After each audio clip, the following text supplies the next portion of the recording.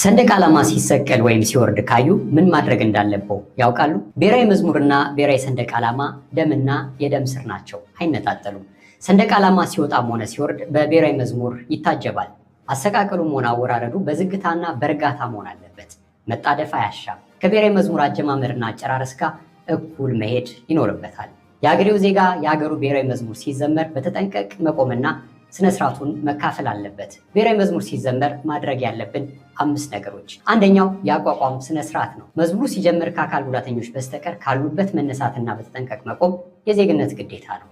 ቀኝ እጅን ግራ ደረት ላይ በማድረግ ማዳመጥ ወይም አብሮ መዘመር፣ ሰንደቅ ዓላማም ካለ ወደ ሰንደቅ ዓላማው ፊትን በማዞር የስነስርዓቱ አካል መሆን የህሊና ግዴታ ነው። ሁለተኛው ስነስርዓት ስለ ራስ መሸፈኛ ወይም ቆብ የተቀመጠው ነው። የፖሊስ ወይም የወታደራዊ ሴክተር መለዮ የለበሰ ሰው መለዮውን አውልቆ በግራ ትከሻው ቀለበት ውስጥ ሲያስቀምጥ፣ ሲቪል ደግሞ ቆቡን አውልቆ በግራ እጁ ይይዛል። ሃይማኖታዊ ቆቦች ወይም በሕክምና የታዘዘ የራስ ቅል ሽፋኖች ግን አይወልቁም። ሴቶችም ሻሽ ማውለቅ አይጠበቅባቸው። ሶስተኛው ስነስርዓት አፍና እጅን ነፃ ማድረግ ነው። ብሔራዊ መዝሙር እየተዘመረ ማስቲካ፣ ከረሜላ፣ ምግብ ወይም መጠጥ በፍጹም አይፈቀድም። ምክንያቱ ደግሞ ህሊናን ከሆድ ጋር ላለማደባለቅ ሲባል ነው።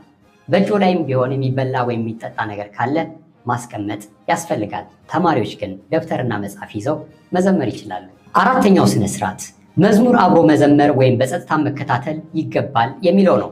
ሙሉ ስንኙን የሚያውቁ አብሮ መዘመር ይችላሉ። መዘመር የማይችሉ ግን በታላቅ ጥሞና ማዳመጥ አለባቸው። በጥሞና ማዳመጥ እንደ መዘመር ይቆጠራል። የመጨረሻው ስነስርዓት የሌላ ሀገር ብሔራዊ መዝሙር ሲዘመር ጭምር በጸጥታ ሆኖ ፕሮግራሙ ላይ ትኩረት ማድረግ የተገባ ነው። ነገር ግን ቀኝ